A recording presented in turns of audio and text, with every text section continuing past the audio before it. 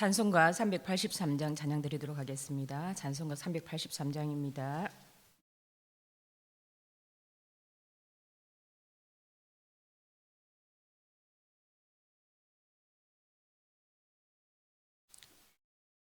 눈을 들어 산을 보니 도움 어디서 오나.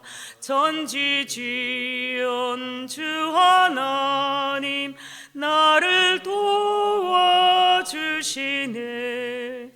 나의 발을 실족지 않게 주가 깨어 지키며 택한 백성 항상 지켜 길이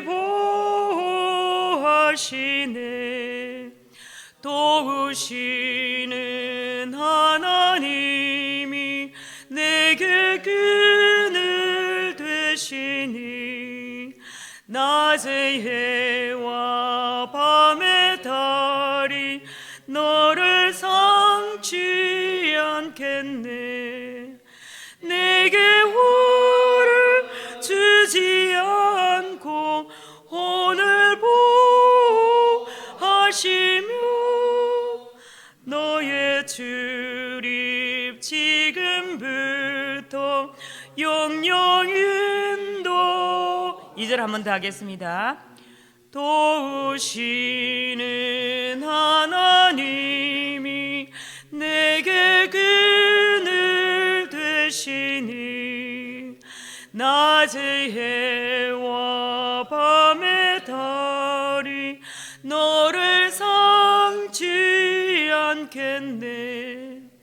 내게 화를 주지 않고 오늘 보호하시며 너의 출입 지금부터 영영 인도하시리. 아멘. 신앙 고백 드리겠습니다. 나는 전능하신 아버지 하나님 천지의 창조주를 믿습니다.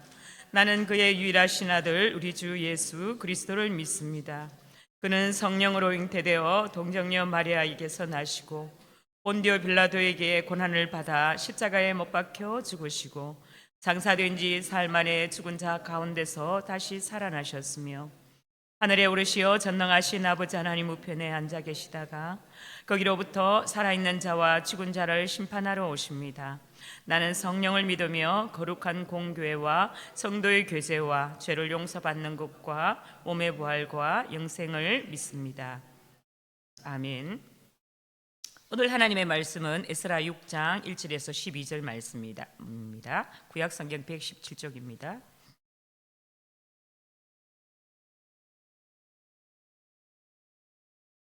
에스라 6장 1절에서 12절 말씀입니다. 한 절씩 교독하도록 하겠습니다. 에스라 6장 1절에서 12절 말씀입니다. 이에 다리오 왕이 조서를 내려 문서 창고 곧 바벨론의 보물을 쌓아둔 보물 전각에서 조사하게 하여 메데도 앙메다 궁성에서 한 두루마리를 찾았으니 거기에 기록하였으되 고레스 왕 원년에 조서를 내려 이르기를 예루살렘에 있는 하나님의 성전에 대하여 이르노니 이 성전 곧 제사 드리는 처소를 건축하되 지대를 견고히 쌓고 그 성전의 높이는 69빗으로 넓이도 69빗으로 하고 큰 돌 세 켜에 새 나무 한 켜를 놓으라. 그 경비는 다 왕실에서 내리라. 또 느부갓네살이 예루살렘 성전에서 탈취하여 바벨론으로 옮겼던 하나님의 성전 금, 은 그릇들을 돌려보내어 예루살렘 성전에 가져다가 하나님의 성전한 각기 제자리에 둘지니라 하였더라. 이에 유브라데 강 건너편 총독 다떠네와 스달보스네와 너희 동관 유브라데 강 건너편 아바삭 사람들은 그곳을 멀리하여 하나님의 성전 공사를 막지 말고 유다 총독과 장로들이 하나님의 이 성전을 제자리에 건축하게 하라. 내가 또 조서를 내려서 하나님의 이 성전을 건축함에 대하여 너희가 유다 사람들의 장로들에게 행할 것을 알리노니 왕의 재산 곧 유브라데 강 건너편에서 거둔 세금 중에서 그 경배를 이스라엘 사람들에게 끊임없이 주어 그들로 멈추지 않게 하라. 또 그들이 필요로 하는 것 곧 하늘의 하나님께 드릴 번제의 수송아지와 순양과 어린 양과 또 밀과 소금과 포도주와 기름을 예루살렘 제사장의 요구대로 어김없이 날마다 주어 그들이 하늘의 하나님께 향기로운 제물을 드려 왕과 왕자들의 생명을 위하여 기도하게 하라. 내가 또 명령을 내리노니 누구를 막론하고 이 명령을 변조하면 그의 집에서 들보를 빼내고 그를 그 위에 매달게 하고 그의 집은 이로 말미암아 거름더미가 되게 하라. 만일 왕들이나 백성이 이 명령을 변조하고 손을 들어 예루살렘 하나님의 성전을 헐진대 그곳에 이름을 두신 하나님이 그들을 멸시하기를 원하노라. 나 다리오가 조서를 내렸노니 신속히 행할지어다 하였더라. 아멘. 우리 인생을 돌아보면 우리가 당시에는 의식하지 못해도 우리의 인생의 고비고비마다 우리 삶의 구석구석에 주님께서 역사하셨던 신비의 손길을 경험하셨을 때가 있을 것입니다. 자, 그럴 때 우리는 하나님을 찬양하고 하나님께 감사를 드리죠. 하지만 매번 이렇게 하나님의 손길을 경험하는 것은 아니죠. 때로는 하나님의 역사하심이 전혀 느끼지 못할 때도 있습니다. 그러다 보면 어떤 성도들은 하나님이 살아계신지 의심하기도 하고 또 하나님을 향해 어떻게 이럴 수 있냐고 또 항변이나 비난의 말을 하기도 합니다. 그렇지만 하나님께서는 우리가 하나님의 역사하심 또 일하심을 경험하지 못하는 그 순간에도 함께 일하시고 계시다는 것이죠. 그리고 우리는 그것을 하나님의 섭리라고 이렇게 부릅니다. 오늘 우리가 함께 읽은 에스라 6장 1절에서 12절의 말씀이 이것을 잘 보여주고 있습니다. 5장에서 총독 다뜨네와 스달보스네의 상소를 받은 다리오 왕이 이스라엘 사람들의 주장이 사실인지 확인하는 내용으로 시작합니다. 그리고 그 과정 속에서 우리는 하나님의 계획이 어떻게 인간의 역사 속에서 실현되는지를 직접 볼 수 있는 하나님의 섭리를 볼 수가 있습니다. 바벨론의 포로에서 귀환한 이스라엘 자손들은 완전히 잿더미로 변한 예루살렘에 도착했습니다. 그리고 제2 예루살렘 성전 건축하기 시작했죠. 그런데 그들이 그토록 애를 쓰고 힘썼지만 그들이 생각한 것처럼 일이 잘 풀리지 않았습니다. 오히려 그들의 역사를 방해하려는 방해꾼들은 늘어만 갔고 급기야 성전 건축이 중단되는 지경에 이르고 말았습니다. 그러나 하나님께서는 그들을 그대로 내버려 두지 않으시고 그들을 위한 일을 시작하셨죠. 바로 다뜨네의 보고를 시작으로 세계의 중심이었던 페르시아 제국의 왕과 또 신하들을 들어서 성전 건축을 위한 물품을 공급하게 하시고 또 놀라운 절대 권력으로 그들을 보호하셔서 그들로 하여금 성전을 무사히 완성하게 하셨던 것입니다. 이를 통해 우리는 하나님께서 그의 백성들을 놀라운 능력으로 힘으로 보호하시며 어떤 불가능 속에서도 당신의 뜻을 성취하시는 분이라는 사실을 다시 한번 하나님의 섭리를 깨닫게 됩니다. 1절 2절 말씀이 이것을 증가하는데요. 이에 다리오 왕이 조서를 내려 문서창고 곧 바벨론의 보물을 쌓아둔 보물정각에서 조사하게 하여 메데도 앙메다 궁에서 한 두루마리를 찾았으니 거기에 기록하였으되 1절에서 다리오 왕은 고레스 왕의 조서를 찾기 위해서 바벨론의 보물정각을 다 조사하게 하라고 명령을 합니다. 이 조서는 유다 백성이 예루살렘 성전을 재건할 수 있도록 허락하는 중요한 문서였는데요. 고대 왕국에서는 중요한 법령이나 또 조서를 서면으로 남기는 것이 일반적이었는데 이는 국가의 정책이나 또 중요한 사건을 후대에 전하고 또 법적인 효력을 유지하기 위해서 그렇게 한 것입니다. 그리고 2절을 보면 메데도 앙메다 궁에서 한 두루마리를 찾았다라고 기록하고 있는데 앙메다는 바벨론보다 아주 높은 고도에 있어서 날씨가 아주 건조하고 좋았기 때문에 페르시아의 왕들이 또 바벨론은 혹독한 이런 더운 여름을 이렇게 날씨를 피하기 위해서 앙메다 별장을 지어놓고 그곳에서 여름을 보냈다고 합니다. 그래서 그곳에서 이 두루마리를 찾게 되는 것이죠. 그리고 이 고레스의 조서를 찾으라고 한 명령과 또 그 명령 뒤에 조서를 찾았다는 것은 단순한 우연이 아니라 하나님의 섭리가 이 발견을 통해서 구체적으로 드러나게 되는 것입니다. 이 조서는 고레스 왕 원년 즉 주전 538년에 공포되었으며 조서의 내용은 예루살렘 성전 건축에 대한 명령 그리고 성전의 규모 예루살렘 성전의 기물들을 원래 자리로 귀환시킬 것에 대한 명령으로 되어 있습니다. 고레스가 세우도록 한 성전의 규모는 높이와 규모가 넓이 규모가 각각 60규빗입니다. 성전은 크기는 물론 그 경비를 왕실이 다 낼 것이며 느부갓네살 왕이 왕으로 도둑질해 갔던 성전의 금, 은그릇들도 모두 본래의 자리로 두라는 그런 내용이었습니다. 이 두루마리에 기록되어 있었던 그레스 왕의 명령은 단순한 건축 명령이 아니라 유다 백성들의 신앙과 또 신앙 문화의 회복을 위한 중요한 명령이었던 것입니다. 성전은 유다 백성에게 단순한 건물이 아니라 하나님과의 교제 그리고 또 하나님 중심의 삶을 살아야 함을 보여주는 하나의 상징이었던 것이죠. 1절에서 5절은 하나님께서는 역사 속에서 자신의 백성들을 인도하시며 그들의 회복을 위해서 일하신다는 것을 보여주고 있습니다. 그리고 다리오 왕의 명령을 통해 하나님의 뜻이 실현되는 과정을 보여주고 있습니다. 우리가 이해하지 못하거나 예측하지 못하는 상황 속에서도 하나님은 일하고 계심과 또 하나님의 계획은 언제나 정확하다는 겁니다. 또 우리가 그분의 인도하심을 신뢰하고 내 생각의 의지를 주님의 일하심과 또 섭리가 가운데 잠시 내려놓고 주님의 뜻을 따라 나아갈 때 주님께서는 우리 각 한 사람 한 사람을 통해서 하나님께서 이루고자 하시는 주님의 일들을 이루어 가신다는 사실을 확인하게 됩니다. 우리의 삶에서는 때로는 이해하기 어려운 일들이 일어날 때가 참 많이 있죠. 하지만 그 상황 속에서도 하나님은 항상 우리의 삶을 계획하고 계십니다. 우리는 이 사실을 믿고 주님의 섭리를 신뢰하며 오늘도 우리가 살아가야 한다는 것입니다. 고레스 왕이 예루살렘 성전 건축을 허락하고 또 왕실의 지원을 약속한 것을 확인한 다리오 왕은 성전 건축이 효과적으로 시행되도록 추가적인 조치를 명령하게 됩니다.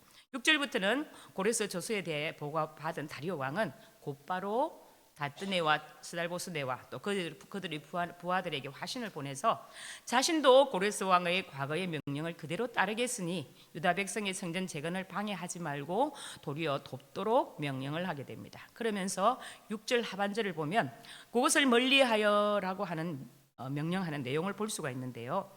이것은 쉽게 말해서 공사구역 접근 금지라는 명령을 한 것인데 이 명령은 유다 백성을 스스로 성전 재건을 주관하도록 하는 동시에 페르시아 관리들이 성전 재건 사역에 관여하지 못하도록 한 것입니다. 좀 더 쉽게 말하면 돈 주었다고 참견하러 들지 말라는 명령이었던 것이죠. 이것을 8절 내용과 연결해서 보면 좀 더 쉽게 이해할 수가 있습니다. 내가 또 조서를 내려 하나님이 이 성전을 건축함에 대하여 너희가 유다 사람의 장로들에게 행할 것을 알리노니 왕의 재산 곧 유브라데 강 건너편에서 거둔 세금 중에서 그 경비를 이 사람들에게 끊임없이 주어 그들을 멈추지 않게 하라라고 말씀합니다. 8절에서 다리오 왕은 고레스 왕의 조서의 내용을 그대로 이행했을 뿐 아니라 더 나아가서 유다 귀한민들의 성전 재건을 위한 새로운 지원 내용을 담은 자신의 조서를 내리게 됩니다. 그런데 그렇게 나라의 재정이 투입되다 보면 성전 재건을 위해 투입된 세금이 제대로 사용되는지 또 페르시아 관리들이 확인하려 할 것이고 그 과정에서 이런 구실처럼 핑계로 성전 건축이 방해되거나 또 공사가 늦어지는 일들이 발생할 수 있었을 것입니다. 하지만 6절과 7절을 통해서 다리오 왕은 재정은 지원하되 성전의 재건은 유다 총독과 유다 장로들이 원하는 대로 할 수 있도록 그 길을 열어주면서 지역 총독이나 식민지 관리들이 성전 재건 사역을 방해할 수 있는 여지를 원천 봉쇄함으로써 성전 건축이 하나님께서 뜻하시는 대로 이루어질 수 있는 기초를 마련하게 된 것입니다. 그리고 이것 역시 하나님의 섭리 가운데 이루어진 역사였던 것이죠. 이를 통해 알게 되는 또 다른 한 가지는 하나님께서 자신의 일을 이루시기 위해서는 방해하는 장애물을 제거하신다는 것입니다.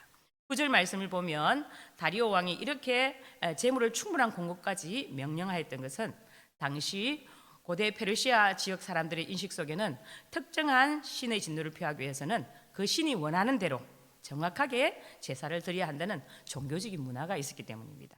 10절에 보면은 하늘의 하나님께 왕과 왕자들의 생명을 위하여 기도하게 하라라고 했던 것은 그가 중보 기도의 힘을 알아서 그렇게 했던 것은 전혀 아닙니다. 자신이 믿는 신이든 아니면 다른 어떤 신이든 간에 자신의 노력이 알려져서 자신의 기도 제목이 이루어지기를 원했었기 때문에 이렇게 명령을 하였던 것입니다. 다리오 왕은 이렇게 명령을 내렸습니다. 11절과 12절 말씀해 보면 내가 또 명령을 내리노니 누구를 막론하고 이 명령을 변조하면 그의 집에서 들보를 빼내고 그를 그 위에 매달게 하고 그의 집은 이로 말미암아 그름더미가 되게 하라. 만일 왕들이나 백성이 이 명령을 변조하고 손을 들어 예루살렘 하나님의 성전을 헐진대 그곳에 이름을 두신 하나님이 그들을 멸하시기를 원하노라. 나 다리오가 조서를 내려놓으니 신속히 행할지어다 하였더라. 이렇게 말씀을 합니다. 다리오 왕 조서가 내리지자 다뜨네와 스달보스네와 그 관리들은 신속하게 왕의 명령을 수행하였습니다. 유다 장로들은 학개와 스가랴 선지자를 통해서 주어지는 하나님의 말씀의 공급을 통하여서 더욱 힘을 얻어서 성전 건축을 일사천리로 진행하게 됩니다. 결국 4년여에 걸쳐서 성전 재건이 진행되었고 또 다리오 왕 제6년 아달월 3일 주전 515년에 성전은 완공되게 되었습니다. 오늘 본문을 통해서 우리가 늘 생각해야 할 것은 우리가 의식을 하든지 의식하지 못하든지 하나님은 늘 신비한 손길로 또 우리 끊임없이 우리 가운데 역사하고 계시다는 것입니다. 성전 건축이 시작되고서 완성되지 못한 채 16년이라는 동안 방치되어 있었을 때 학개와 스가랴 선지자들을 통해서 사람들을 일어서게 만들었던 것은 하나님의 또한 섭리였던 것이죠. 요한복음 4장을 보면 예수님께서 사마리아 수가성 우물가에서 한 사마리아 여인을 만나게 되죠. 거기서 이 여인은 자기가 예수님을 만나기 위해 우물에 온 것은 아닙니다. 그 여인이 예수님 만나려고 우물가에 온 건 아니었죠. 물을 길러 우물에 왔다가 우연히 예수님을 만났을 뿐입니다. 그러나 그 만남을 통해서 새 삶을 얻게 되었습니다. 그러니까 이 여인의 입장에서 보면 이 사건은 우연처럼 보이는 것입니다. 그러나 예수님은 달랐죠. 이 여인을 만나기 위해서 일부러 이 우물가를 찾으셨습니다. 일반적으로 유대인들이 가지 않는 사마리아인의 마을로 가셨던 것이죠. 그리고 이 여인이 우물을 길에 나올 것을 또 알고 그 시간에 맞춰서 우물을 찾으셨습니다. 이 여인을 구원하시고 이 여인에게 새로운 인생 길을 열어주시기 위해서 일부러 이 우물을 찾으신 것이죠. 여인에게 있어서 예수님과의 만남은 놀라운 구원의 섭리였습니다. 그래서 예수님께서 보실 때 이 만남은 우연이 아니고 의도된 필연이었다고 볼 수가 있습니다.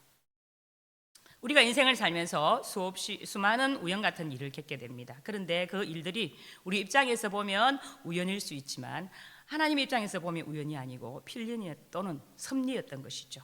오늘 우리가 함께 나눈 말씀은 하나님의 섭리가 오늘도 우리 가운데 똑같이 역사하고 계시다는 것을 가르쳐주고 계십니다. 그리고 우리는 이 말씀을 통해서 하나님의 뜻은 반드시 이루어지며 또 그렇기에 그런 주님의 뜻에 순종하는 것이 결국에는 우리에게 가장 큰 복이 된다는 사실을 깨달을 수가 있는 것입니다. 오늘 하루도 주님께서 마음과 정성을 다하여 심어주신 곳에서 자신을 구별하여 하나님의 말씀을 향해 한 걸음 한 걸음 걸어감으로 우리를 주님의 자녀 삼아주신 그 뜻을 오늘 하루의 삶 가운데서 조금은 더딜지라도 이루어가는 성도들 되시기를 주님의 이름으로 축복합니다. 기도하겠습니다. 주님, 오늘 말씀을 통해 우리의 삶 가운데서 주님께서 언제나 함께하고 계시며 일하고 계심을 다시 한번 깨닫게 됨을 감사드립니다. 여호와는 그를 경외하는 자, 곧 그의 인자하심을 바라는 자를 살피신다고 말씀 가운데 하셨습니다. 하나님께서는 섭리 가운데 특별한 방식으로 성도들을 볼살펴 주심을 오늘 또한 믿습니다. 어떤 상황과 어떤 어려움이 우리 앞에 있을지라도 두려워하지 아니하고 하나님만을 바라보며 말씀을 향해 한 걸음 한 걸음 나아갈 때 문제 끝에서 역사하시는 놀라운 하나님의 은혜와 섭리를 경험하게 하여 주시옵소서. 수가성 여인을 만난 것이 우연이 아니라 필연으로 구원에 이르게 하신 것처럼 저희 또한 하나님의 구원의 은혜, 예수 그리스도의 십자가의 은혜를 경험하게 하신 것은 필연이요 또 하나님의 섭리였음을 고백합니다. 오늘도 하나님의 놀라우신 그 사랑을 고백하며 주님을 신뢰함으로 주님께서 인도하시는 대로 따라가는 성도들이 되게 하여 주시옵소서. 오늘도 주님과 동행하는 복된 하루가 되게 하여 주시옵소서. 주 예수 그리스도 이름으로 기도드립니다. 아멘. 하늘에 계신 우리 아버지 이름을 기록하게 하시며 아버지의 나라가 오게 하시며 아버지의 뜻이 하늘에서와 같이 땅에서도 이루어지게 하소서. 오늘 우리에게 일용할 양식을 주시고 우리가 우리에게 잘못한 사람을 용서하여 준 것 같이 우리 죄를 용서하여 주시고 우리를 시험에 빠지지 않게 하시고 악에서 구하소서. 나라와 권능과 영광이 영원히 아버지의 것입니다. 아멘. 기도 제목을 함께 나누겠습니다. 주일 예배와 자녀들을 위해서 함께 기도하겠습니다. 전 성도가 주일 성수하며 예배를 통해서 하나님의 임재를 경험하도록 예배를 인도하시는 사역자와 찬양대 봉사자들이 즐거이 헌신하는 주일이 되도록 매일 등록하는 인원이 많아지고 새 가족들이 성장하고 구역 기관 목장에 잘 정착하도록 수험생과 취업준비생들과 공복무와 타지에 있는 자녀들을 강건하게 지켜주도록 수능이 얼마 남지 않았습니다. 수능을 다음 주에 수능이 있고요. 또 이번 주 토요일에 또 임용고시가 또 있습니다. 우리 사랑하는 자녀들을 위해서 기도할 때 그 아이들이 강건하게 다 시험을 잘 치를 수 있도록 기도해 주시고 미취학 아동들과 영아들에게 건강과 지혜를 주시도록 또 결혼 정령에 있는 청년들과 또 배우자를 허락하시고 결혼 후 자녀를 가지기를 원하는 가정에 태문이 열게 하시고 건강하게 출산할 수 있도록 주여 외치고 함께 기도하겠습니다. 주여 살아계신 아버지 하나님, 오늘도 귀한 말씀을